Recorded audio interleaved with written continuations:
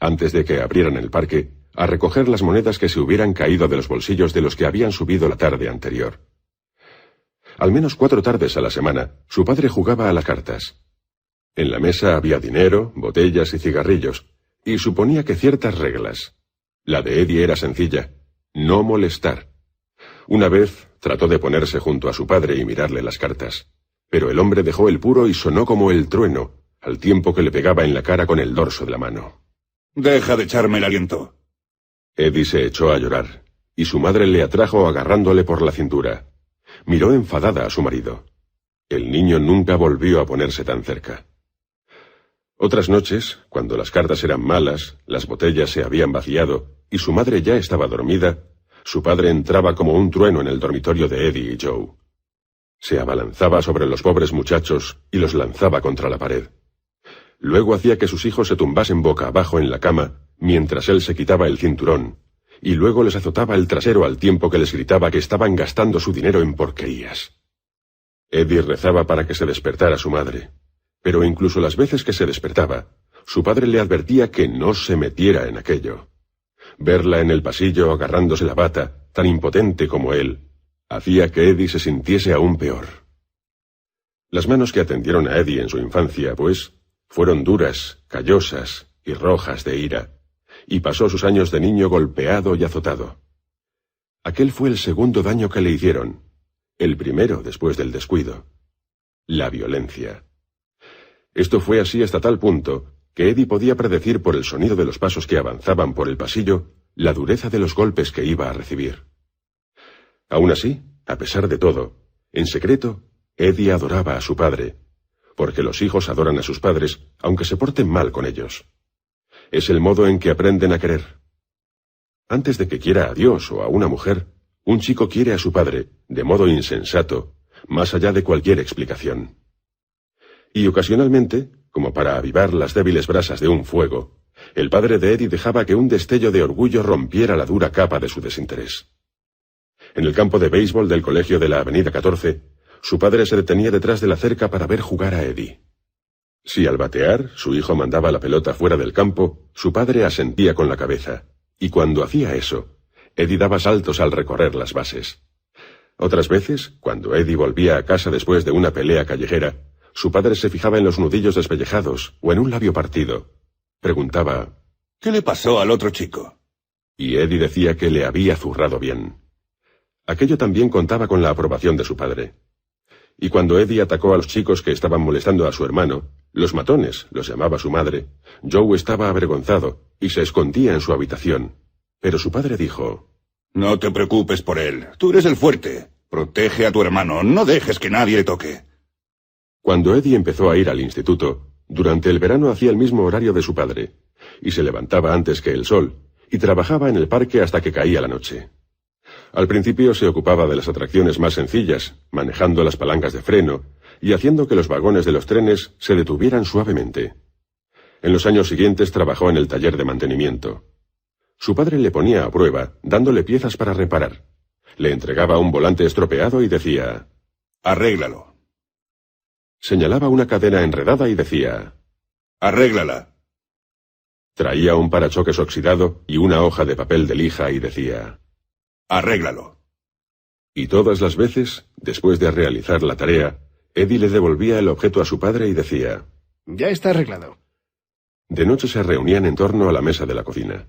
Su madre, regordeta y sudorosa, preparaba la cena junto al fogón, y su hermano Joe hablaba sin parar, con el pelo y la piel oliéndole a agua de mar. Joe se había convertido en un buen nadador, y durante el verano trabajaba en la piscina del Ruby Pier. Hablaba de toda la gente que veía allí, de sus trajes de baño, de su dinero. Al padre no le impresionaba nada de eso. Una vez, Eddie oyó casualmente que le hablaba a su madre de Joe. Ese solamente vale para estar en el agua. Con todo, Eddie envidiaba el aspecto que tenía su hermano por la noche, tan moreno y limpio.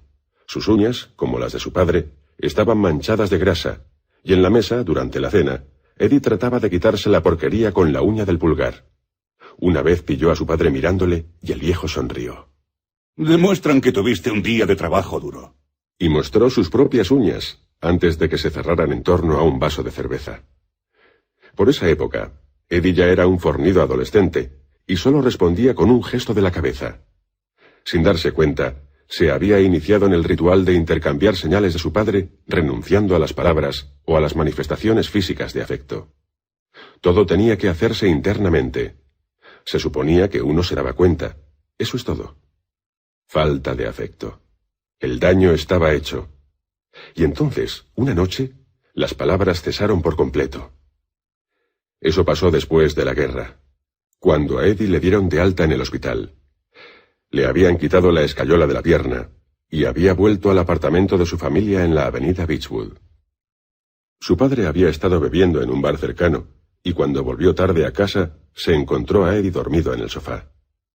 Las tinieblas del combate habían cambiado a Eddie. No salía de casa. Hablaba raramente, incluso con Marguerite. Pasaba horas mirando por la ventana de la cocina, contemplando cómo daba vueltas el carrusel, tocándose la rodilla herida. Su madre susurraba que solo era cuestión de tiempo. Pero su padre se iba poniendo más nervioso cada día. No entendía la depresión. Para él era debilidad. Levántate y consigue trabajo. Eddie se estremeció. Levántate y consigue trabajo. El viejo se tambaleaba, pero se acercó a Eddie y le empujó. Levántate y consigue trabajo. Levántate y consigue trabajo. Levántate y consigue trabajo. Eddie se incorporó apoyándose en los codos. Levántate y consigue trabajo. ¡Levántate! ¡Basta! Eddie se puso de pie, ignorando el dolor de la rodilla. Miró fijamente a su padre, con la cara a unos centímetros de la de él. Olía el mal aliento a alcohol y tabaco. El viejo miró la pierna de Eddie. Su voz se convirtió en un gruñido. ¿Ves? No te duele tanto. Tambaleándose, dio un paso hacia atrás dispuesto a lanzar un puñetazo, pero Eddie se movió instintivamente y agarró el brazo de su padre. Los ojos del viejo se desorbitaron. Era la primera vez que Eddie se defendía, la primera vez que hacía algo en lugar de limitarse a recibir una paliza como si la mereciera. Su padre se miró su propio puño cerrado, que no había logrado su objetivo, y por los agujeros de la nariz le salió humo. Apretó los dientes, echándose hacia atrás titubeante, y se soltó el brazo. Miró a Eddie con los ojos de un hombre que ve un tren que arranca bruscamente. No volvió a hablar con su hijo. Aquella fue la última marca que quedó en el cristal de Eddie. El silencio. El silencio se cernió sobre los años que quedaban. Su padre guardó silencio cuando Eddie se trasladó a su propio apartamento. Guardó silencio en su boda. Guardaba silencio cuando él iba a ver a su madre. Esta suplicaba, lloraba e imploraba a su marido que cambiara de actitud, que lo olvidara. Pero él solo decía, con las mandíbulas apretadas, lo que les decía a otros que le habían hecho la misma petición. Ese chico levantó su mano contra mí. Y aquello era el fin de la conversación. Todos los padres hacen daño a sus hijos. Aquella fue su vida juntos. Abandono, violencia, silencio. Y ahora, en un lugar de más allá de la muerte, Eddie se desplomó contra una pared de acero inoxidable y cayó en la nieve, herido de nuevo por el rechazo de un hombre cuyo cariño, casi inexplicablemente, todavía ansiaba. Un hombre que le ignoraba, incluso en el cielo. Su padre. El daño estaba hecho. No te enfades. No te puede oír. Eddie alzó la cabeza bruscamente. Una anciana estaba parada delante de él, en la nieve. Tenía la cara demacrada, las mejillas hundidas y los labios pintados de rojo.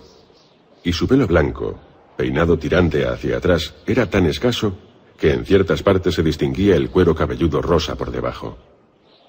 Llevaba unas gafas de montura metálica, tras las cuales